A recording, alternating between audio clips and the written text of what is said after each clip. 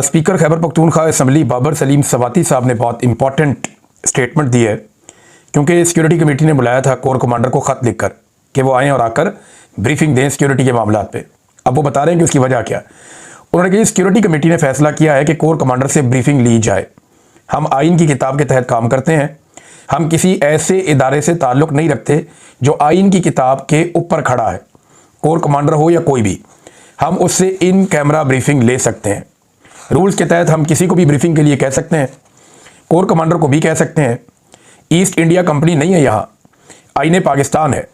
Core commander मुनासिब समझेंगे तो अपने इदारे से राय ले लेंगे। हम ये समझते हैं कि उन्हें आना चाहिए और ब्रीफ करना चाहिए। तो उन्होंने कहा जी जो हमने ख़त लिखा है कोर कमांडर को वो आइन के मुताबिक लिखा है, गलत नहीं लिखा। हम कतई किसी ऐसे इदारे से ताल्लुक़ नहीं रखते जो आइन के ऊपर ही खड़ा हो जाए, चढ़ जाए। और मुल्क में मार्शल लॉ नहीं है तो आइन के मुताबिक ही चीज़ें चलेंगी। हमारे सूबे में 25 साल से ऑपरेशन जारी है, 2001 से। सूबे में 5 डिवीज़न फौज है, दलेर किस्म के जर्नैल उनको लीड कर रहे हैं। फिर 25 साल से हम नाकाम क्यों हैं? इस नाकामी की वजूहात की बिना पर कोर कमांडर को ब्रीफिंग के लिए बुलवाया। ये पाकिस्तान की फोर्स है, बैरून मुल्क से नहीं आई हुई। यानी मैं लुबे लुआओं को बता रहा हूँ, इस तरह उन्होंने कहा कि जनाब कामयाबी तो मिली नहीं अभी तक, आगे आपको मिलेगी, उसके ऊपर आके बात करें, और पीछे क्यों नहीं मिली उसके बारे में हमें ब्रीफिंग दें ताकि आगे बढ़े और जो हम कहते हैं वो भी सुने। तो ये एक बड़ा बोल्ड स्टेप है जो स्पीकर ने लिया। देखते हैं इसके ऊपर रद्द-ए-अमल क्या आता है, क्योंकि DGI SPR ही नॉर्मली ऐसी चीज़ों का जवाब देते हैं। एक और इंपॉर्टेंट खबर है, वो तहरीक तहफ़्फ़ुज़ आईन पाकिस्तान की तरफ है। तहरीक तहफ़्फ़ुज़ आईन पाकिस्तान का इजलास होता है और वो एक बड़ा अहम मुतालबा कर देते हैं हुकूमत से। तहरीक तहफ़्फ़ुज़ आईन पाकिस्तान ने खित्ते में बिगड़ती हुई सूरत हाल, ख़ुसूसन मशरिक़ वस्ता में बहरानी कैफियत पर पार्लिमान के जॉइंट सेशन का मुतालबा कर दिया। देखिए, यहाँ पे पार्लिमान फैसले नहीं कर रही, यहाँ पे हुकूमत फैसले नहीं कर रही, यहाँ पे अवाम के मुंतखब नुमाइंदे ना फैसले कर रहे हैं, ना वो इन फैसलों का बोझ उठा सकते हैं। फैसले फील्ड मार्शल आसिम मुनीर साहब कर रहे हैं और वो फैसले अपनी मनमानी से कर रहे हैं, अपनी मर्जी से कर रहे हैं। और जो फैसले वो कर रहे हैं उसके जरिए से वो आलमी सतह पे अपने आप को रेलिवेंट कर रहे हैं, अपनी ज़ाती रेलिवेंसी को वो बढ़ा रहे हैं। तो उनके फैसलों का बोझ तो आएगा सियासी क़यादत के ऊपर, लेकिन वो उठाएंगे नहीं और पार्लिमान के अंदर डिस्कशन हो नहीं रही। तो ये बड़ा इंपॉर्टेंट उन्होंने एक मुतालबा किया कि पार्लिमान का जॉइंट सेशन बनाया जाए। जंग अज़ीम दोयम के बाद का इंटरनेशनल ऑर्डर ज़वाल पजीर है, जहां इसराइली जारहियत और फ़लस्तीनी मुसलमानों की नस्लकुशी और यूनाइटेड स्टेट्स के लातीनी अमरीका में तर्ज अमल ने इंटरनेशनल कवानीन की धज्जियां बखेर दी हैं, वहीं अक़वाम मुत्तहिदा को भी बेमानी कर दिया है। ऐसे में हुकूमत खारजा पॉलिसी और उभरती हुई बहरानी कैफियत पर पार्लिमान का फौरी जॉइंट सेशन बुलाए और इज्तिमाई शऊर और दानिश के जरिए से एक कौमी पॉलिसी मुरतब दी जाए। हमसाया बरादर इस्लामी मुल्क ईरान के खिलाफ भी साम्राज्य और इस्तेमारी कुव्वतें घेरा तंग कर रही हैं और मगरबी मीडिया के तवस्सुत से एक ऐसा माहौल बनाया जा रहा है जिसको बुनियाद बनाकर हमसाया इस्लामी मुल्क ईरान की खुद मुख्तारी पर ज़रब लगाई जा सकती है। पाकिस्तानी अवाम में तशवीश है और तहरीक तहफ़्फ़ुज़ आईन पाकिस्तान तजवीज़ करती है कि हुकूमत इस सारी की सारी जो बहरानी कैफियत है, संजीदगी से इसके ऊपर खित्ते के असरात और पाकिस्तान के ऊपर जो इसके असरात होंगे, एक इजलास पाकिस्तान बुलाए और हमसाया ममालिक का इजलास भी बुलाए ताकि एक मुश्तरका लाएअमल भी तरतीब दिया जा सके। तो अब तो इन्होंने कहा जॉइंट सेशन पार्लिमान का होना चाहिए। देखिए, इसमें एक चीज़ मैं आपको बताऊं कि कुछ हमारे दानिश्वर हैं जो एस्टेब्लिशमेंट के बहुत करीब हैं, टाउट्स किस्म के लोग हैं, वो ये बार बार कहना चाह रहे हैं या पोर्ट्रे करना चाह रहे हैं कि अगर ईरान के ऊपर हमला कर दिया अमेरिका ने तो इसका पाकिस्तान को फ़ायदा हो जाएगा। यानी वो बार बार ये तासुर देते हैं कि अगर अमेरिका ईरान के ऊपर अटैक कर देता है और ईरान में रजीम चेंज हो जाता है तो ये पाकिस्तान के लिए नेक शगुन है, पाकिस्तान को इसमें फ़ायदा होगा। मेरे ख्याल में ये बेवकूफ़ लोग हैं, इन्हें आइडिया नहीं है। लेकिन जंगें जो है ना वो जर्नैलों को सूट करती हैं, फौजों को सूट करती हैं, या कुछ हुक्मरान हैं उनको सूट करती हैं, सौदा बेचने के लिए मिल जाता है उनको इलेक्शंस में। अवाम को कभी भी जंग सूट नहीं करती, अवाम को, गरीब मुल्कों को जंग हमेशा नुकसान पहुंचाती है। देखिए, इन्हीं ख्वाहिशात के साथ हम अमेरिका को घेर घार के ले आए थे पहले और अरब ममालिक को घेर कर ले आए थे अफगानिस्तान में। हमने पहले यहाँ पर एक जहाद लड़ा, फिर हमने दहशतगर्दी के खिलाफ एक जंग लड़ी और इस चक्कर में हमने पाकिस्तान का सत्यानाश कर दिया। हमने 1 लाख के करीब लाशें उठा ली। बलूचिस्तान में हमने कोई 10,000 लाशें उठा ली। क्लशनकोफ कल्चर पाकिस्तान में आ गया, खौफनाक किस्म की मंशियात पाकिस्तान में आ गई, पाकिस्तान में एक अजीबो गरीब किस्म की लाकानूनियत आ गई। और ये सारा कुछ हमारे जर्नैलों की पॉलिसियों की वजह से हुआ। वो जो जर्नैल थे उनके बच्चों की शुगर मिले आज, उनके पास पैसा ही पैसा है, वो आज भी इक़्तिदार में, मौजों में है। जो उन जंगों के दौरान इस्तेमाल हुए जर्नैलों की तो मौजें लग गई, उनके बच्चों की भी। लेकिन कौम वो आज भी अपना खून बहा रही है, फौजी जवान वो आज भी अपना खून बहा रहे हैं। देखिए, उन जर्नैलों के बच्चे अरब खरबपति हैं, जो फौजी जवान शहीद हो गए उनका कौन पूछेगा, उनके बच्चे तो रुल गए। कितना संभाल सकती है रियासत उन्हें? एक हद से ज्यादा आगे तो नहीं जा सकती, लेकिन जर्नैलों की तो वो कई कई नस्लों का पैसा वो लोग छोड़ कर गए हैं और हमने ये देखा है। तो जंगें जर्नैलों को फायदे देती हैं, बड़े बड़े ताकतवर लोगों को फायदे देती हैं, आम आदमी को नहीं देती। जब भी आपके हमसाये में जंग आएगी, आपके ऊपर उसके असरात आएंगे।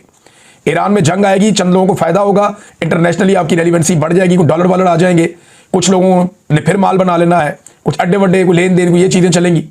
लेकिन अल्टीमेटली अगर खित्ते के अंदर आपका एक हमसाया मुल्क और डिस्टेबलाइज हो जाता है, तो याद रखिएगा ईरान के बाद बारी पाकिस्तान की है। ईरान के ऊपर तो ये प्रॉब्लम है ना, इसका मिसाइल का जो एक निजाम है वो इजराइल तक जाता है, जाके वहां पे अटैक कर सकता है, यूरोप तक जाता है या अमेरिकन अड्डों तक जाता है। तो पाकिस्तान के ऊपर प्रॉब्लम यह है कि पाकिस्तान के पास एटम बम है, तो पाकिस्तान को भी टैकल करना है, बारी बारी सबकी बारी। ये बात आज से नहीं, गुज़िश्ता कई दहाइयों से हो रही है कि जब भी कभी ईरान की बारी आएगी तो उसके बाद पाकिस्तान की बारी आएगी। आप चाहे जो मर्जी करें, जैसे मर्जी सोचें, जो हकायक जानने वाले लोग हैं, जो तजिया करते हैं, वो ये बात कहते रहते हैं। तो ईरान में अगर सिचुएशन डिस्टेबल हो जाएगी तो पाकिस्तान पे उसका असर पड़ेगा, और जो इसराइल का या जो दीगर फोर्सेज हैं उनका एक असर रसूख पाकिस्तान के बॉर्डर्स तक आ जाएगा, ये तजियाकार कह रहे हैं। अब इससे बचना कैसे है? ईरान के अंदर हालात बेहतर रहने चाहिए। ईरान ने एक वार्निंग भी दी है, उन्होंने कहा जी अगर अमेरिका हमारे ऊपर हमला करेगा तो हम मजबूरन सऊदी अरब में, कतर में और यूएई में जो अमेरिकी अड्डे उन्हें तबाह कर देंगे। और साथ ही उन्होंने कहा जी कि स्टारलिंक को गैर कानूनी तौर पर चलाया जा रहा है ईरान में। मैंने आपको थोड़े दिन पहले बताया था कि डिवाइस के बगैर वो चल नहीं सकती, स्टारलिंक के लिए डिवाइस चाहिए होती है। तो ईरान ने छापे मार के बहुत बड़े पैमाने पर जो स्टारलिंक की डिवाइसेज हैं, जो इंटरनेट के लिए इलॉन मस्क का एक इंटरनेट का सिस्टम है, बड़ा ज़बरदस्त है, वो बड़ा शानदार, बड़ा कमाल वो काम करता है, और दुनिया को हिलाकर रख दिया इलॉन मस्क ने, जिस तरह उसने स्टारलिंक के जरिए से दुनिया को जोड़ा है। तो वो बहुत सारी डिवाइसेज ईरान ने पकड़ी हैं और अपने फौजी जैमर्स के जरिए से कोशिश भी कर रहे हैं वो लगातार कि वो जैमर्स लगा के इंटरनेट को शट डाउन रखें जहां वो चाहते हैं कि वो शट डाउन रहे। नाज़रीन, एक और चूरन पाकिस्तानियों को बेचा जा रहा है, ये चूरन भी बड़ा इंटरेस्टिंग है। ये अब कहा जा रहा है जी पाकिस्तान जहाज बेचेगा और अमीर मुल्क बन जाएगा। ये जो एयरफोर्स के जहाज होते हैं, जेट तैयारे, दुनिया का कोई एक मुल्क भी ऐसा नहीं है जो जेट तैयारे बेचकर अमीर मुल्क बन गया हो। हाँ, ये जरूर है कोई पैसे वैसे आ जाते हैं जेट तैयारे बेचने से, लेकिन मुल्क अमीर होते हैं एक्सपोर्ट्स को बढ़ाने से। जो चीजें करोड़ों अरबों लोग खरीदते हैं उनको बेचकर मुल्क अमीर होते हैं। या आपको कुछ पैसा आ जाएगा, आपकी एयरफोर्स को फायदा हो जाएगा। पाकिस्तान, मैंने आपको बताया था, 1.5 से 2 दर्जन तैयारे बना सकता है एक साल में, और वो भी इस सूरत में कि आपको चाइना से और रशिया से इंजन और एवियोनिक्स और दीगर जो आपके पुर्जे हैं वो सारे आपको वहां से मिलते हैं। तो ज्यादातर पुर्जे आपके वहां से आते हैं, उनकी सप्लाई अगर होती रहे तो आप 1.5-2 दर्जन बना लेते हैं। अब अगर आपको 10-12 मुल्कों को तैयारे देने हैं तो आपको 200-250 तैयारा तो आपको तैयार करना पड़ेगा ना। पाकिस्तान को खुद अभी 50 तैयारे मजीद चाहिए, कम से कम पाकिस्तान को 2 साल तो तैयारे अपने पास रखने हैं। तो क्या ये ममालिक इतना अरसा इंतजार करेंगे? और अगर आप 1 से 2 दर्जन तैयारे बेचते हैं हर साल, तो आपको कितना पैसा बचता है? आपको 4-5 अरब या 7 अरब डॉलर, 8 अरब डॉलर आपको टोटल कमाई हो जाएगी। तो आपने इसमें से पहले लागत निकालनी है, ये बनते कितने के, बिकते कितने के हैं। यानी ये कोई सस्ता नहीं बनता, बहुत पैसा इसको बनाने पे लगता है। फिर उसके बाद जो पुर्जे आप खरीदते हैं वो आपके शराकतदार हैं, वो भी इसके अंदर हिस्सेदार हैं। आप बहुत भी छलांग लगाएंगे, आप 1-1.5 अरब डॉलर के तैयारे बेच लेंगे, लेकिन ये बेच कौन रहा है? पाकिस्तान एयरफोर्स का प्रोजेक्ट है। तो एयरफोर्स के लिए तो 1-1.5 अरब डॉलर बहुत पैसा हो जाएगा। यानी इस 1-1.5 अरब डॉलर में एयरफोर्स जो है वो अपने लिए ठीक ठाक तैयारे तैयार कर सकता है। लेकिन पाकिस्तान की मईशत 1-1.5 अरब डॉलर से खड़ी होगी नहीं जी। ओवरसीज पाकिस्तानी लगभग 30 से 40 अरब डॉलर बेचते हैं हर साल, तो उससे मईशत खड़ी नहीं हो रही। आपकी एक्सपोर्ट जो है वो 30 से 40 अरब डॉलर के बीच में रहती हैं। नवाज शरीफ के दौर में हमेशा कम हो जाती हैं, अभी फिर कम हो रही हैं, लेकिन उससे भी आपकी मईशत खड़ी नहीं हो रही। तो ये 1-1.5 या 2 अरब डॉलर अगर आपके पास इजाफी आ जाएगा, तो ये लोग आपको कहानियां सुना रहे हैं, कहानियां सुने, आप चुप करके एंजॉय करें। लेकिन ये उतनी बड़ी चीज नहीं है जितनी बड़ी की जा रही है। और क्यों की जा रही है मैं वजह आपको बताता हूं। पाकिस्तान में एक मायूसी है, एक बेचैनी है। पाकिस्तानियों को लगता है कि हम एक गड्ढे में फंस गए, इसमें से हम नहीं निकल सकते। अब ये मुख्तलिफ सहाफ़ियों की, दानिश्वरों की और सियासतदानों की ड्यूटी लगाई गई है कि आप लोगों को उम्मीद दें। अब ये लोगों को झूठी उम्मीद दे रहे हैं, झूठी उम्मीद दे रहे हैं। और हालत इनकी ये है कि सर्दियों में लोड शेडिंग हो रही है उस मुल्क में जहां पे इजाफी बिजली बनाने की कैपेसिटी है। और अब इनके पास आईपीपीज को देने के लिए कभी कहते हैं तेल नहीं है, कभी कहते हैं उनकी कैपेसिटी नहीं है, कभी कहते हैं जी वो बिजली हम खरीद नहीं सकते, इतनी महंगी है। तो फिर आप उनको बिजली खरीदे बगैर पैसा क्यों दे रहे हैं? सवाल तो ये भी पैदा होता है। तो ये इनके हालात हो गए हैं कि सर्दियों के अंदर बिजली की लोड शेडिंग करने वाले कह रहे हैं कि हमने मायूसी दूर करनी है। कैसे करनी है भाई? रोजाना की बुनियाद पे लोग कहते हैं जनाब बिल्कुल मायूस ना हो, पाकिस्तान पता नहीं कहां से कहां पहुंच गया और आसिम मुनीर साहब लेकर जा रहे। उनका काम ही नहीं है भैया, अल्लाह के बंदो, आसिम मुनीर का ये काम ही नहीं है। मईशत की उनको अलिफ बे का भी नहीं उनको पता। मैंने बीएससी में इकोनॉमिक्स पढ़ी है, तो एफएससी में इकोनॉमिक्स पढ़ी है, तो मुझे थोड़ा बहुत जो इल्म है जिन चीज़ों का मुझे पता है, और जब हम लगातार हम रिसर्च का काम करते हैं, मेरी टीम में 2 लोग ऐसे हैं जो इकोनॉमिक्स के ऊपर बहुत एक्सपर्ट हैं। हम कई लोगों से बात करने के बाद किसी छोटे मोटे ओपिनियन पे पहुंचते हैं। हमारा कोई क्लेम नहीं है, तो एक ऐसा आदमी जिसका इसमें काम ही कोई नहीं है, वो कैसे पाकिस्तान की इकोनॉमी को ठीक कर सकता है? बिला वजह ना वो कहते हैं हाथी के पाँव में सबके पाँव, सारे लगे हुए दिन रात जूते पॉलिश करने, लगे हुए दिन रात जूते पॉलिश करने, और वो चाहते हैं कि बाकी पाकिस्तान भी ये करे, तो पाकिस्तानी तो अब ये नहीं करते जो दिखाई दे रहा है। नाज़रीन, आज भी अडयाला में मुलाकात ना करवाने का दिन है। मुलाकात करने की कोशिश की जाएगी, लेकिन आज भी मुलाकात ना करवाने का दिन है। जब तक आप हुकूमत को गिच्ची से अवाम नहीं पकड़ेगी, तब तक इमरान खान की मुलाकात उनकी फैमिली से, वकला से या लीडरशिप से नहीं होगी। जब तक इनको गिच्ची से नहीं पकड़ेंगे, इनके ऊपर प्रेशर नहीं आएगा। विदाउट प्रेशर उनको फर्क ही कोई नहीं पड़ता इससे। नाज़रीन, साद रिजवी के बारे में उनकी पार्टी ने जब दावा किया कि अब वो एजेंसियों की हिरासत में है, तो मैं फिर आपको चंद चीज़ें बताता हूँ। चंद दिन पहले मेरे पास एक इन्फॉर्मेशन आई थी कि साद रिजवी कहाँ है, इन भाइयों के हवाले से। मैं सारी डिटेल्स तो आपके साथ शेयर नहीं करता, लेकिन मैं आपको ये बताता हूँ कि ये हैं पंजाब में। ये झूठ है कि कोई कहता है जी वो कश्मीर चले गए, कोई कहता है जी खैबर पख्तूनख्वा चले गए, सब झूठ है। रिजवी बरादरान को पंजाब से बाहर नहीं ले जाया गया, वो पंजाब के अंदर मौजूद हैं। और एक और बात बताता हूँ, बहुत ज़्यादा ट्रैवल भी नहीं करवाया गया। एक और बात बताता हूँ, सेफ हाउस टाइप जगह है जिसके अंदर उनको रखा गया है, और उन्हें वहाँ डॉक्टर की सहूलत भी मैसर है। एक चीज़ और मैं आपको बता देता हूँ, जिस दिन क्रैकडाउन हो रहा था उस दिन साद रिजवी साहब से, उनके लोगों से मेरी बात हुई थी, और वो ये बता रहे थे कि काफ़ी लचक उनके मौक़िफ़ में थी। वो कहते हैं हम बात करना चाहते हैं, जो हुकूमत की जायज़ बातें हैं वो हम सारी मान लेते हैं, हम अभी यहाँ से अपना एहतजाज भी वापस ले जाते हैं, और मुस्तकबिल में हुकूमत के साथ एक तरीक़ाकार बना लेते हैं, हमें मत मारो। तो काफ़ी हद तक कंप्रोमाइज़ उन्होंने उस दिन कर लिया था अपने मौके पे। उन्होंने अपना एहतजाज ख़त्म करने का ऐलान कर दिया था। जो अमेरिका की एम्बेसी जाने का उनका एक ऐलान था, वो उन्होंने वापस ले लिया था। उन्होंने इस्लामाबाद जाने का इरादा भी तर्क कर दिया था, वो वापस अपने घर जाना चाहते थे। इन चीज़ों पर उन्होंने उस वक्त कंप्रोमाइज़ कर लिया था। वो कह रहे थे जी हम ठीक है, अभी लोगों की जान बचाना बहुत ज़रूरी है। लेकिन मेरी इंफॉर्मेशन के मुताबिक चंद दिन पहले तक कुछ मुतालबात जो रिजवी साहब से किए गए हैं, उन्होंने वो नहीं माने। मैं कुछ मुतालबात की बात कर रहा हूँ, बहुत सारी चीज़ें तो उन्होंने पहले ही लचक दिखा दी थी कि ये चीज़ें हम कर लेते हैं, लेकिन कुछ मुतालबात ही ऐसे भोंडे किस्म के होते हैं बाज़ औक़ात। तो वो मुझे अब ये एग्जैक्टली नहीं पता, लेकिन मुझे ये पता है कि किसी एक मामले के ऊपर मुतालबात ऐसे हैं जहाँ पर उन्होंने कहा जी अब ये ज़्यादती है, ये ना करें आप। तो ये अब ये मेरे एक सोर्स ने मुझे बताया, मैं अब नॉट श्योर, लेकिन जो इन्फॉर्मेशन मेरे पास 2 ज़राए से पहुंची है उसके मुताबिक हैं वो पंजाब में, और वो ज़्यादा दूर भी नहीं उनको ट्रैवल करवाया गया। बहरहाल देखिए, अब उनको ट्रैवल करवाएंगे तो अगली खबर निकलेगी। जब तक ये अंदर दबा के रखते हैं तब तक तो खबरें नहीं निकलती। लेकिन इतनी खबर मैंने आपको पहले दिन दे दी थी कि वो एजेंसियों की हिरासत में है। नाज़रीन, एक दावा किया गया, और ये दावा बार बार किया गया, बार बार ये दावा किया गया कि जनाब पाकिस्तान के बड़े बेहतरीन ताल्लुकात आलमी सतह पे हो गए, और पाकिस्तान को आलमी सतह पे बहुत पजीराई मिल रही है। इंफॉर्मेशन मिनिस्टर ने दावा किया जी हमारे पासपोर्ट को कदर की नज़र से देखा जा रहा है, हमें दुनिया के अंदर स्ट्रॉन्ग मुल्क के तौर पे देखा जा रहा है, इमिग्रेशन के काउंटर्स के ऊपर हमें बहुत इज्जत मिल रही है। बड़ी बड़ी इन्होंने बातें की। डोनाल्ड ट्रंप ने बुलवाया अपने पास, और जिस तरह इन्होंने उनकी तारीफें की, इन्होंने बहुत दावे किए। शहबाज शरीफ ने वो वज़ीर आज़म बने तो 2025 में उन्होंने लगभग 2 महीने महंगे तरीन दौरों में पाकिस्तान से बाहर गुजारे। यानी वज़ीर आज़म एक ऐसे मुल्क का जो मसाइल में घिरा हुआ है, उस मुल्क का वज़ीर आज़म सरमायाकारी लाने के लिए 2 महीने साल में से पाकिस्तान से बाहर गुजारता है और महंगे तरीन दौरे करता है। टब्बर लेके जाता है, बंदे लेके जाता है, रश लेके जाता है, और खसूसी परवाज़ों पे जाता है, अवाम का पैसा उड़ाता है, करोड़ों रुपए लगा देता है दौरों के ऊपर, और मिलता क्या है? टका भी नहीं मिलता। कोई पैसा पाकिस्तान के अंदर नहीं आता इस आदमी के दौरों के नतीजे में, और हर बार ये करोड़ों रुपए खर्च कर देते हैं, मगर मिलता कुछ नहीं है।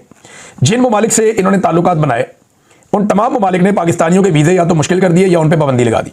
मैं आपको बिल्कुल सही बता रहा हूँ। इनके सबसे अच्छे ताल्लुकात गल्फ रीजन के अंदर यूएई के साथ है। यूएई पाकिस्तानियों को वीज़े नहीं दे रहा, सबको पता है।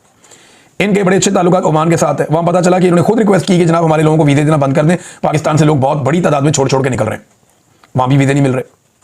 सऊदी अरब ने रिकॉर्ड बंदे पाकिस्तानी डिपोर्ट कर दिए हैं सऊदी अरब से, उधर भी प्रॉब्लम आ गया। यूरोप ने कई सरकारी मुलाजमीन के वीज़े मनसूख कर दिए नहीं उनको वीज़े, मुस्तरद कर दिए दरखास्तें। और कोई पुलिस वालों की तो ये कहकर उन्होंने मुस्तरद कर दी मुबैना तौर पर कि आप लोग तो जुल्म में मुलव्वस हैं, यानी इंसानी हुकूक की पामालियों में आप मुलव्वस हैं, लिहाजा आपको तो वीज़े नहीं मिल सकते। उनके वीज़े ही मुस्तरद कर दिए। तो बिलाखिर अमेरिका ने भी दीगर ममालिक के साथ साथ पाकिस्तान के वीज़ा पर पाबंदी लगाई है। अब पाकिस्तानियों के ऊपर एक पाबंदी अमेरिका ने भी लगा दी, और मुल्कों पर भी लगाई, लेकिन पाकिस्तान पर भी लगा दी। इसमें जो इंटरेस्टिंग बात है वो ये है कि भारत के ऊपर अमेरिका ने पाबंदी नहीं लगाई। हालांकि ट्रंप कहता है कि नरेंद्र मोदी के साथ मेरी खटपट चल रही है, लेकिन भारत पे पाबंदी नहीं लगाई। और पाबंदी किस पे लगा दी?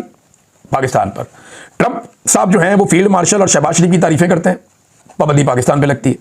नोबेल के लिए आसिम मुनीर और शहबाज शरीफ उन्हें नामजद करते हैं, पाबंदी पाकिस्तान पे लगती है। हम शुरू से ही आपके साथ हैं हर मामले पे, ये यकीन दहानी आसिम मुनीर साहब और शहबाज शरीफ साहब करते हैं और पाबंदी पाकिस्तान पे लगती है। आलमी लेवल पर पॉलिश करता है हमारा वजीर आजम, हत्ता कि जो गैर मुल्की मीडिया है वो शहबाज शरीफ को शू शाइन बॉय का नाम दे देता है, लेकिन इसके बावजूद अमेरिका पाबंदी पाकिस्तान पे लगाता है, इंडिया पे नहीं लगाता। इसराइल और फलस्तीन पर अपना मौक़िफ़ ही पाकिस्तान ने बदल लिया अमरीकी ख्वाहिश को देखते हुए, लेकिन पाबंदी पाकिस्तान पे लग गई। हमास पर पाकिस्तान ने यू टर्न ले लिया, फिर भी पाबंदी पाकिस्तान पर लग गई। मादनियात का ब्रीफ केस लेकर पहुंच गए, जाके सामने रख दिया, फिर भी पाबंदी पाकिस्तान पर लग गई। अमरीकी एम्बेसी की तरफ बढ़ने वालों को मुरीदके में उनका कत्लेआम करवा दिया गया, फिर भी पाबंदी पाकिस्तान पर लग गई। दिन रात खुशामद की, हत्ता कि अमरीकी ज्यूश कांग्रेस से भी, उनके जो चेयरमैन उनसे भी जफियां डाल ली, लेकिन पाबंदी भारत पे नहीं, पाकिस्तान पे लग गई। हम अमरीकी असला रिकवर करने की अफगानिस्तान में और हमास से उसको गैर मुसल्लह करने की अर्जियां अमेरिका को डाल रहे हैं, लेकिन इसके बावजूद अमेरिका पाबंदियां पाकिस्तान पे लगा रहा है। यह है इनकी टोटल औकात और यह है इनकी टोटल खारजा पॉलिसी और उसकी कामयाबी। जब इमरान खान साहब से मोहम्मद बिन सलमान ने पूछा ना कि आपको क्या चाहिए, उसने कोई जाती चीज नहीं मांगी। उसने नहीं कहा कि मेरे आर्मी चीफ को सपोर्ट करो, इसको एक्सटेंशन देनी है या इस्तना देना, ये नहीं किया। इमरान खान ने यह नहीं कहा कि मेरे मुखालिफिन को कुचलने में मेरी मदद करो या मेरी इंसानी हकूक की पामालियों के ऊपर आप आंखें बंद रखो, नहीं। इमरान खान ने कहा कि मेरे लोग आपकी जेलों में कैद हैं, मेरे पाकिस्तानी जो आपके मुल्क में हैं उनका एहसास करो, उनका ख्याल करो। और यही बात इमरान खान ने की और बाद में मोहम्मद बिन सलमान ने उसके ऊपर अमल दरामद किया। जो वादा मोहम्मद बिन सलमान ने किया वो उन्होंने पूरा किया। इसके लिए पाकिस्तानियों को उनका शुक्रिया अदा करना चाहिए। लेकिन इन लोगों ने जब किसी से मुलाकात की, जहां मुलाकात की, अपनी जात के लिए मांगा और पाकिस्तान के लिए कुछ नहीं मांगा। नतीजा क्या निकला? पाकिस्तान को टके का फायदा नहीं हुआ, पाकिस्तान में कोई सरमायाकारी नहीं आई, पाकिस्तानियों के वीजों के ऊपर पाबंदियां लग गई, पाकिस्तानियों के वीजे मुश्किल तरीन हो गए और दुनिया के मुल्क अब नहीं दे रहे। अब तक के लिए इतनी, अपना ख्याल रखिएगा, अपने इस चैनल का भी। अल्लाह हाफिज़।